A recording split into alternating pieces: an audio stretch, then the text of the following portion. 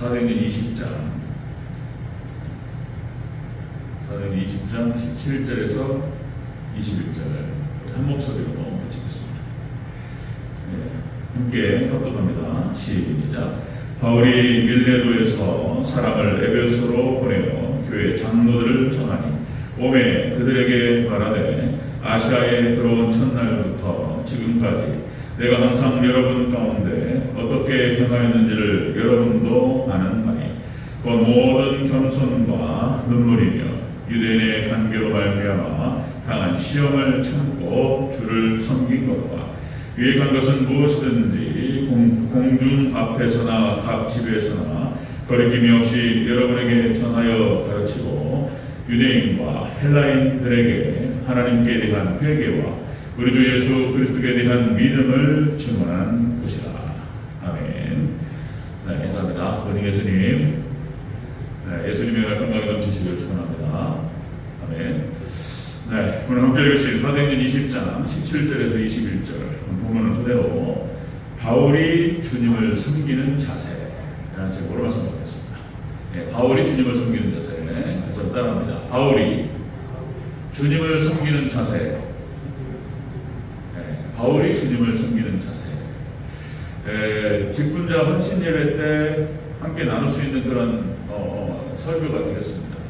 연초고 그래서 또 이제 주일은 또 에베소서 나가야 되고 그래서 수요일날 조금 이렇게 간간히 또 이제 함께 드려야 될 말씀들을 나누고 그렇게 하도록 하겠습니다. 자, 직분자로서, 교회 목사로서, 장로로서, 권사로서, 그 다음에 그리고 또 집사로서, 각 기관의 회장과 임원으로서 하나님께서 맡겨준 직분들을 감당하면서 우리가 어떠한 자세로 감당해야 될 것인가. 우리가 이제 대표적으로 사도 바울을 보면서 같이 한번 생각해 보도록 하겠습니다. 자, 우리가 이제 우리 신앙생활이라고 하는 것이 다 하나님을 섬기는 것이다 그랬습니다. 하나님을 섬기는 것이다. 교회에서의 직분과 사명도 마찬가지고요. 여러분들 가정에서 남편을 섬기고 아내를 섬기고 그리고 아이들을 섬기고 다 주님을 섬기는 것이다. 교회 지체들을 섬기고 그 다음에 주의 종을 섬기고 여러 가지 우리에게 맡겨진 직분과 사명을 감당하는 가운데에서 청소하는 것, 설거지하는 것 다 하나님을 섬기는 것이다. 물질을 구분하여서 하나님께 헌금하는 것도 주님을 섬기는 것이다. 예배도 역시 하나님께 찬양하면서 하나님을 섬기는 것이다. 다 하나님 섬기는 것이다. 하나님 백성들은 먹든지 마시든지 무엇을 하든지 주님의 영광을 위하여 하라. 그래서 모든 것이 하나님을 섬기는 것이고 하나님께 예배하는 것이다. 그랬습니다. 자, 오늘 바울이 에베소 교회를 어떻게 섬겼는지 거기에 대한 얘기가 참 나와요. 그래서 우리가 주님을 어떻게 섬겨야 될지를 오늘 본문을 통해서 살펴보도록 하겠습니다. 자, 바울이 주님을 섬기는 자세.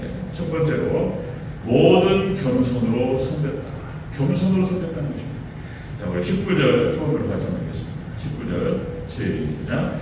모든 겸손과 눈물이며 유대인의 관계로 말미암아 당한 시험을 참고 주를 섬긴 것과.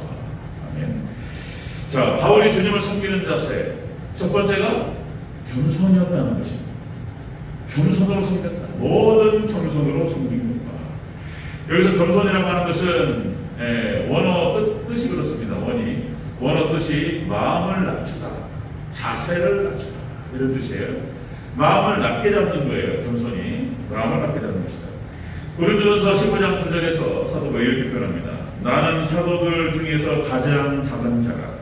나는 하나님의 교회를 박해하였으므로 사도라 칭함받기를 감당하지 못할 자니라. 사도 바울이 초대교회를 박해하고 그래서 하나님께서 예수님께서 사도 바울을 부르셔서 사도로 세우시고 이방인의 사도로 세우시고 이방인에게 복음을 전하게 하셨다. 하나님께 선택하셨어요. 자, 늦게 부름을 받았어요. 3년 동안 예수님을 따라다니는 사람이 아니었어요. 사도로 감당치 못하겠으나 자, 예수님께서 나를 부르셨고 나에게 나타나셨고 나를 만나주셨고 부활의 주님을 받고 그래서 그 부활의 주님을 증거하라고 하는 사명을 받았다. 사도 바울의 사도성 논쟁이 항상 따라다녔어요. 어쨌든 간에 사도 바울은 그렇게 마음을 낮췄습니다. 내가 사도로 부름받기를 감당치 못한다. 이렇게 자신의 마음을 낮췄고 그리고 겸손으로 주님을 섬겼다. 에베소서 3장 8절 에베소서 3장 8절에 이렇게 얘기하죠. 모든 성도 중에 지극히 작은 자보다 더 작은 나에게 은혜를 주신 것입니다. 지극히 작은 자보다 더 작다. 여러분들 사도 바울이라고 하는 인물을 한번 생각해 보세요. 그러니까 사도 바울은 우리가 결론적으로 하나님께서 이제 다 지나고 사도 바울의 사명을 감당하고 그리고 이제 하나님께로 떠났습니다. 사도 바울은 더 이상 이 땅에 있잖아요. 그런데 사도 바울의 그 무게를 봤을 때, 그죠? 신약 성경에서 모세, 구약 성경에서 모세하고 비교할 만한 그런 인물이라는 거죠. 그 어마어마한 인물이에요. 그죠? 어떻게 뭐 베드로나 아무리 예수님의 수제자라고 할지라도 베드로, 요한이 탁월해요. 또 요한이 탁월한데. 근데 이 사도 바울의 그 높이와 이 깊이와 이걸 봤을 때, 그죠? 근데 사도 바울은 정작 본인을 낮게 깔았어요. 나는 지극히 작은 자보다 더 작은 자. 이렇게. 디모데전서 1장 15절에서 뭐라고 표현하냐면, 나는 죄수 중에 내가 괴수. 죄수 중에 괴수라고 표현하고 있어요. 사도 바울이 얼마나 자신을 낮게 깔았는지 우리가 볼 수가 있습니다. 자, 바울이 주님을 섬기는 자세가 첫 번째로 겸손이라는 거예요. 겸손. 자신을 낮추는 것입니다. 자신을 낮춘다고 했을 때 또한 우리가 생각해야 될 것이 빌립보서 2장에 나타나는 예수님의 모습이에요. 예수 그리스도의 마음. 빌립보서 2장에 그는 근본 하나님의 본체이시나 하나님과 동등됨을 저의 것으로 여기지 아니하시고 자기를 비워 종의 형체를 가지사 하나님과 동등된 분이신데 성부 하나님, 성자 하나님, 성령 하나님. 그런데 하나님과 동등됨을 저의 것으로 여기지 아니하시고 자신을 낮췄다는 거예요. 사람의 몸으로 이 땅에 오셨고 종의 형체를 가지셨고 십자가에 죽기까지 하나님께 순종하시면서 어떻게 하나님을 섬겨야 될 것인가에 대해서 본을 보여주셨어요. 사실상 오늘 본문에 나타난 사도 바울이 주님을 섬기는 자세를 말하는 것인데 예수님 다 보여주신 모습이었어요. 예수님께 다 본을 보여주셨어요. 겸손이 되었습니다. 예수님이 겸손으로 이렇게 하나님을 섬길 것과 그리고 지체들을 섬길 것을 몸소 다 보여주셨어요. 겸손. 자, 시편 22편 6절에서 우리 기독교 덕목에 있어서 겸손만큼 또 좋은 게 없어요. 믿음, 소망, 사랑, 용기와 결단 너무나 좋은 게 많은데 겸손이에요. 겸손. 오늘 우리가 직분자로서 늘 잊어버리면 안 되는 중요한 덕목들이 나오는 거예요. 그게 첫 번째가 겸손이에요. 겸손. 자, 겸손한 자는 먹고 배부를 것이며 여호와를 찾는 자는 그를 찬송할 것이다. 겸손한 자는 먹고 배부리고 하나님께서 겸손한 자에게 주신다는 거예요. 먹을 것을. 겸손한 자에게. 시편 147편 6절 여호와께서 겸손한 자를 붙드신다는 여호와께서는 겸손한 자들을 붙드시고 악인들은 땅에 엎드리십니다. 악인들은 땅에 엎드려도 겸손한 자는 하나님께서 붙잡아 주신다. 여러분들 은혜는 아래로 흐르는 줄로 믿습니다. 아멘. 물이 아래로 흐르듯이 낮은 곳으로 흘러요. 그러듯이 은혜도 낮은 곳으로 흐른다는 거예요. 그러니까 겸손에 대한 말씀이 너무나 많아요. 다 부를 수가 없어요. 잠언서 3장 34절. 잠언서 3장 34절에 진실로 그는 거하는 자를 비웃으시며 겸손한 자에게 은혜를 베푸신다. 자, 여러분들 은혜는 낮은 곳으로 흐릅니다. 우리가 스스로를 낮출 때 하나님 우리 은혜를 베푸신다. 이렇게 말씀하셨습니다. 잠언서 11장 2절 교만이 오면 욕도 오거니와 겸손한 자에게는 지혜가 있다. 자신을 낮출 때 자신을 스스로 낮추는 자 겸손한 자.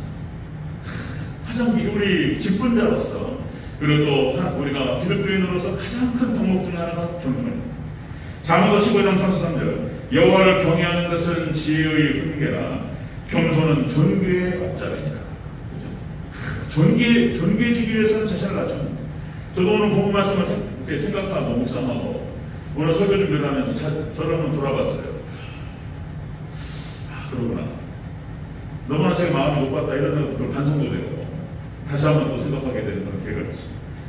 자, 겸손은 존귀의 앞자리다. 베드로전서 5장 6절 하나님의 능하신 손 아래에서 겸손하라. 하나님의 능력 아래에서 겸손하라. 때가 되면 그를 높이시라. 우리가 해야 할 일은 예수님께서 스스로를 낮추셨던 거죠. 그리고 오늘 사도도 자기 자신을 낮춰서 하나님을 섬겼고 주님을 섬겼고 교회를 섬겼습니다. 그랬던 것처럼 우리가 어떻게 주님을 섬기고 우리가 지체들을 섬겨야 할 것입니다. 낮아지라는 거예요. 낮아지라. 자, 여러분들 모든 운동 경기 있죠. 모든 운동의 기본기는 자세를 낮추는 거예요. 그죠? 여러분들 격투기라든가 실험 쫙 깔아야 돼요. 뭐 유도, 그 다음에 레슬링, 기본 자세를 낮춰야 돼요. 여기 무게중심을 낮추는 것이 넘어지지 않을 수 있는 비결이에요. 힘을 균형 있게 쓸 수 있는 비결이 그거예요. 자세를 낮추는 거예요. 여러분들 뭐 농구, 배구 다 마찬가지입니다. 높이 뛰기 위해서는 낮춰야 돼요. 모든 운동이 다 마찬가지예요. 자세를 낮추고 이렇게 다 준비 자세는 게 굉장히 중요하다는 것입니다. 자, 여러분들 어거스틴이 그렇게 표현했습니다. 어거스틴이 기독교 신앙에 있어서 섬김의 도리의 첫 번째가 무엇이냐? 기독교 신앙에 있어서 섬김의 도리의 첫 번째는 겸손입니다. 자신을 낮추는. 둘째도 겸손이다. 셋째도 겸손. 어거스틴이 그렇게 표현합니다. 그래서 우리가 섬기는 예수님께서 섬기러 오셨는데, 그죠? 그 누가 똑같이 저도 제 자리에서 성도들을 섬기고 지체들을 섬기고, 여러분들 각자 지체에서 직분자로서 우리가 해야 되는 것. 주님을 섬기고 지체들을 섬기고, 이렇게 섬길 때 가장 중요한 자세는 겸손이다. 겸손. 자, 바울이 주님을 섬기는 자세 첫 번째가 바로 그것이었습니다. 겸손이다. 모든 겸손으로 섬깁니다. 자, 두 번째 보면요, 바울이 주님을 섬기는 자세 두 번째는 눈물로 섬겼다는 것입니다. 눈물로 섬깁니다. 다시 한번 19절을 보겠습니다. 19절 시작. 그 모든 겸손과 눈물이며, 아멘. 모든 겸손과 눈물로 섬겼다는 거예요. 눈물이 마를 날이 없었어요. 모든 겸손과 눈물로 주님을 섬겼다는 것입니다.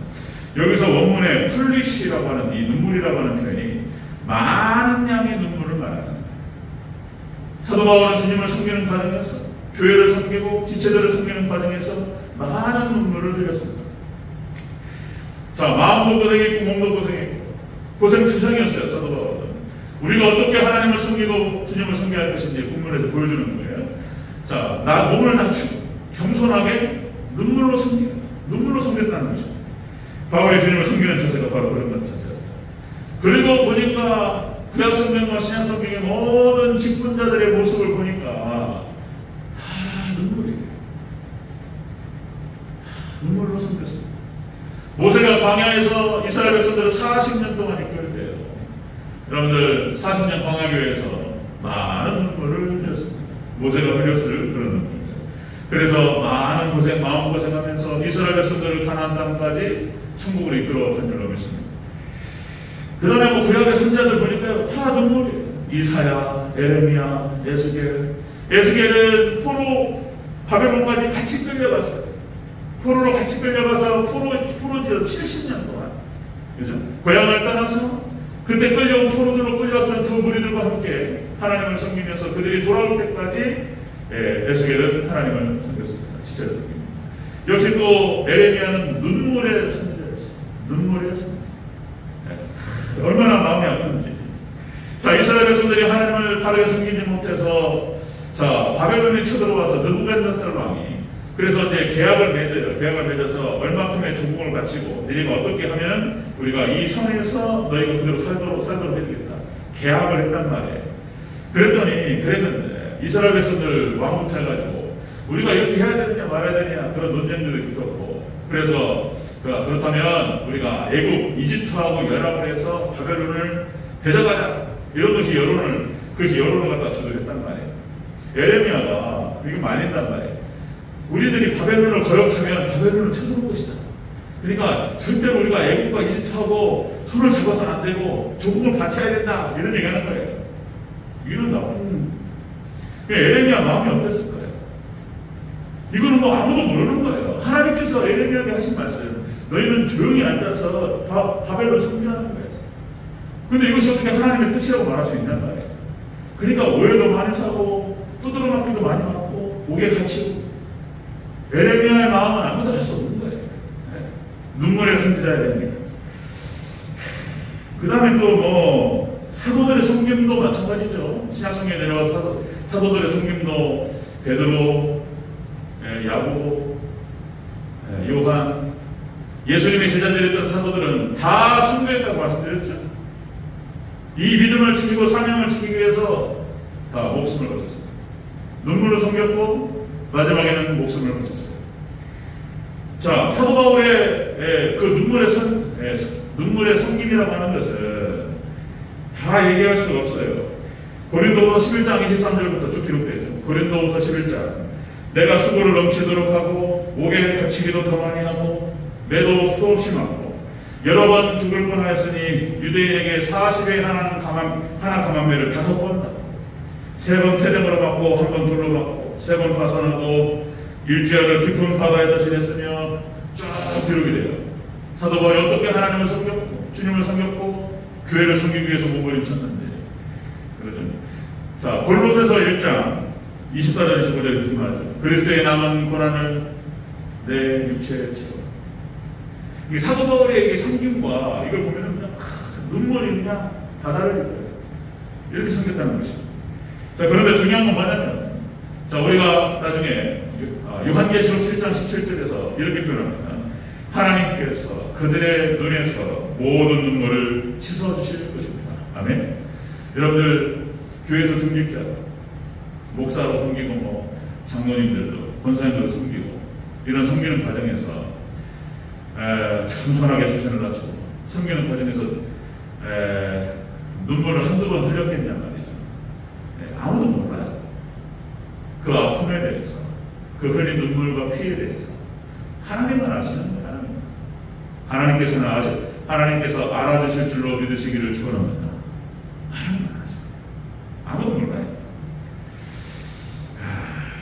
그러나 분명히 하나님께서 말씀하셨어요. 모든 눈물을 씻어줄 것이다. 하나님께서 그 눈물을 닦아주시고 그리고 수고했다, 고생했다. 하나님께 인정주신다는 거예요. 그리고 거기에 해당되는 상급과 영광이 있을 줄로 믿습니다. 아멘. 자, 바울이 주님을 섬기는 자세는 바로 그런 자세예요. 자세는 완전히 깔아서 그렇게 그 정도는 안 깔아도 되는데 예수님이 그렇게 까셨는데요. 예수님이 그렇게 겸손하셨는데 바울도 자기 자랑하려면 한없이 자랑할 수 있는 사람이었어요. 그런데 쫙 낮아져서 주님을 섬겼고 교회를 섬겼다는 것입니다. 모든 겸손으로 그리고 눈물로 섬겼다. 자, 세 번째, 자, 우리가 직분대로 섬겨야 할 것이 첫 번째가 겸손이고 두 번째가 눈물이고 세 번째는 시험을 참고 섬겼다는 거예요. 인내로 섬겼다는 것입니다. 인내. 자, 다시 한번 19절 또 읽겠습니다. 19절 시작. 그 모든 겸손과 눈물이며 유대인의 관계로 말미암아 당한 시험을 참고 주를 섬긴 것과. 아멘. 자, 참고 섬겼다는 거예요. 모든 시험을 참고 섬겼다. 인내로 주님을 섬겼다는 것입니다. 직분자가 갖춰야 돼. 이 덕목이 그런 거예요. 덕목은 꼭 기억하시기 바랍니다. 여러분들 겸손으로 섬겨야 될 것입니다. 눈물로 섬기고 인내로 섬기라라고 하는 것입니다. 인내로 섬기다. 여기서 참는다라고 했을 때 이게 인내라고 번역할 수도 있는데요. 이 참다가 이런 뜻이에요. 자, 함께 걷다, 당하다, 만나다 이런 뜻인데 고난을 말하는 거예요. 고난과 함께 겪고 고난과 함께 고난을 당하고 고난을 만나고 이런 뜻입니다. 하나님께서 허락하시는 고난과 하나님 허락하시는 연단 속에서 그렇게 살았다라고 하는 것입니다. 예수님께서 마지막 종말 때 너희가 이기기 위해서는 이게 말씀하시는 인내로 이긴다는 거예요. 마태복음 24장 13절 끝까지 견디는 자는 구원을 받으리라. 인내를 말씀하세요. 인내. 이런 신앙세계 안에서 가장 중요한 덕목 중에 하나가 인내라고 하는 인내. 참아라. 인내. 바울이 주님을 섬기는 자세가 바로 그런 자세다. 겸손과 눈물과 인내로 참았다는 것입니다. 인내라고 하는 덕목. 자, 여러분들 씨 뿌리는 자의 비유에서 좋은 땅이 나와요. 좋은 땅. 길가밭, 가시밭, 돌짝밭, 좋은 밭이 있는데 좋은 밭은 바로 이런 밭이라고 얘기합니다. 자, 좋은 땅에 있다는 것은 착하고 좋은 마음으로 말씀을 듣고 지키어 말씀을 듣는 것, 그 다음에 지키는 것, 그리고 인내로 결신하는 자녀. 이게 좋은 밭이라는 거예요.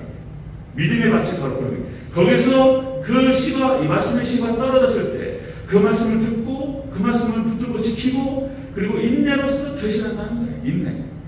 자, 누가복음 21장 19절에 이렇게 표현합니다. 누가복음 21장 19절 예수님께서 하신 말씀. 너희의 인내로 너의 영혼을 얻으리라. 이렇게 말씀하시죠. 너의 인내로 너의 영혼을 얻으리라. 자, 로마서 5장 3절 4절 너무나 잘 아시는 말씀. 자, 우리가 환난 중에도 즐거워하나니 이 환난은 인내를, 인내는 연단을, 연단은 소망을 이루는 줄 압니다. 그죠? 인내가 기독교 신앙에 있어서 얼마나 중요한지 참아야 된다는 거예요. 참고 견디고 이긴다는 거예요. 싸워야 된다는 거예요. 자, 여러분들 새벽 예배 때 좀 말씀을 더 깊이 나누면 좋겠는데, 히브리서 12장 1절 2절 말씀, 히브리서 12장 그렇게 나와요. 자, 믿음에 승리할 수 있는 비결이 뭐냐 말이에요. 우리가 이 땅 가운데서 믿음으로 승리할 수 있는 비결, 믿음의 승리 비결이 무엇이냐? 히브리서 12장 1절과 2절에서 정확하게 딱 정의를 내려요. 우리가 믿음에 승리할 수 있는 비결은 첫 번째로, 자, 여러분들 예수님을 바라보라 이렇게 말합니다. 예수님을 바라보는 것이 믿음에 승리할 수 있는 비결이다. 예수님께서 우리에게 본을 보여주셨다는 거예요. 예수님께서 십자가를 지시고 우리를 섬겨주셨어요. 예수님께서 가신 그 길을 따라가면 되는 거예요. 예수님의 십자가, 말씀 붙들고 죽는 거예요. 그런데 말씀 붙들고 죽는 것만 있는 것이 아니고, 말씀 붙들고 잘 죽으면 부활이 있다는 거예요. 부활. 히브리서 12장 2절에 정확하게 나와요. 예수님께 십자가 붙들고 죽으시고 부활하시고 그리고 승천하셔서 하나님 우편에 앉아 계신다고 표현돼요. 우리가 예수님을 바라보고 예수님을 따라갈 때 우리가 고난이 있고 어려움이 있고 십자가가 있지만, 그러나 부활이 있고 영광이 있을 줄로 믿습니다. 아멘. 그 예수님 바라보면서 부활의 영광과 하늘 천국의 영광을 바라보면서 우리를 따라간다는 것이죠. 자, 두 번째, 우리가 믿음의 승리 비결은 그렇게 예수님을 바라보는 것이고, 두 번째는 믿음의 선진들을 바라보는 것이다. 아브라함과 이삭과 야곱과 요셉과 그들이 어떻게 살았고 어떻게 승리했는지, 우리가 하나님 말씀을 통해서 믿음의 선진들의 삶의 모습들을 바라보고, 그렇구나, 이걸 늘 생각하는 거예요. 이것이 믿음의 승리할 수 있는 비결이라는 거예요.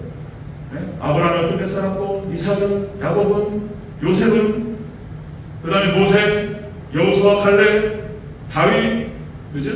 그들이 비록 연단이 있었고 어려움이 있었고 힘든 일이 있었지만은 이 모습이 다 예수님 모습이에요. 예수님을 바라보고 믿음의 선지자들을 바라보면서 나가는 것입니다. 그것이 믿음으로 승리할 수 있는 비결이다라는 거예요. 세 번째가 뭐냐면, 믿음의 승리 비결은 믿음의 경주를 하는 거예요. 믿음의 경주. 믿음의 선한 싸움을 싸우라는 거예요. 이거 세 번째예요. 히브리서 12장 1절과 2절에 정확하게 딱 나와요, 정의가. 우리가 믿음으로 승리할 수 있는 비결은 예수님 바라보는 것, 믿음의 선진들을 바라보고 믿음의 선한 싸움을 싸우는 것입니다. 인내하는 거예요. 싸우는 거예요. 믿음의 선한 싸움을 싸워요. 여러분들, 그러니까 세상의 원리와 신앙의 원리도 크게 다르지 않아요. 우리가 어떤 일에 성공하기 위해서는 잘 참아야 돼요. 농사하시는 분들도 농사 씨를 뿌리고 가꾸고 그걸 기다린단 말이에요. 1년 농사도 쉽지 않은데, 예를 들어서 인삼 농사 같은 경우 있죠. 5년근, 5년, 6년을 기다리잖아요. 그 열매를 보기 위해서 인내를 참습니다. 그 다음에 여러분들, 예를 들어서 운동선수들은 올림픽에 나가서 올림픽 금메달 따는 것, 그 분야에서 세계 최고다, 최고. 그 세계 최고라고 하는 것을 딱 따는 순간 모든 부경만 따라와요. 운동선수는 그거예요. 그죠? 세계 1등이에요, 세계 1등. 올림픽에서 딱 따는 것. 여러분들, 그때도 한번 그런 비유를 들었지만은, 황영조, 바르셀로나 올림픽의 몬주이게 영웅, 그러죠. 황영조가 이런 표현을 써요. 훈련 과정에서 너무나 고통스러워서 뛰다가 이 고통을 끝내는 것은 무엇일까? 뛰다가 너무 고통스러우니까 저 강에 확 던져버리면, 강에다가 자기 몸을 던져서 죽어버리면 이 고통이 끝나지 않겠는가? 그래서 뛰는 과정에서 강을 보면은 뛰어들고 싶은 유혹이 많았다는 거예요. 그 정도로 힘들었다는 거예요. 고통스러워. 그런데 그 고통을 이겨내고 마라톤에서 1등을 했단 말이에요. 한국의 위상이 올라갔어요. 그죠? 모든 종목도 마찬가지예요. 그냥 덜렁덜렁 시험처럼 해가지고 1등 될 수 없잖아요. 그죠? 올림픽에서 1등을 한다고 하는 것은 그만큼 많은 고초와 어려움과 훈련들을 이겨내고 1등이 되는 거예요. 마찬가지예요. 신앙세계에서도 이렇게 되는 거예요. 믿음의 경주를 달리고 끝까지 참고 견디고 이기는 것입니다. 우리 24절 한번 읽겠습니다. 사도행전 20장 24절. 사도가 이렇게 표현해요.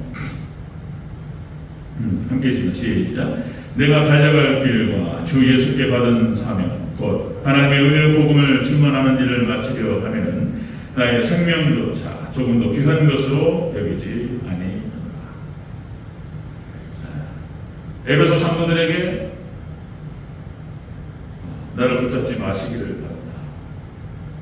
그리고 나는 예루살렘교로 가야 되고 복음을 증거해야 된다. 그리고 예루살렘교로 가게 되면 어떠한 고초가 자신을 기다릴 줄 알면서 불구하고 예루살렘교로 갔다 오는 것입니다. 자, 여러분들 직분자로서 주님을 섬기는 과정에서 아무도 알 수 없는 많은 고초들과 어려움들이 있으셨을 것이고 앞으로도 있을 수 있습니다. 아무도 알 수 없는, 하나님만 아시는 거죠. 말할 수 없는 그런 사연들. 자, 여러분들 하나님께서 하시고 이렇게 칭찬하실 것입니다. 잘하였도다 착하고 충성된 자가 네가 작은 일에 충성하였으며 내가 큰 일을 내게 맡기니 내 주인의 즐거움에 참여할 자다. 아멘. 여러분들 우리 주님만 하시고 주님의 주시는 그 위로가 있으시기를 주여 축원합니다. 아멘. 직분자 모든 겸손과 눈물과 인내로 섬깁니다. 잠깐 기도하겠습니다.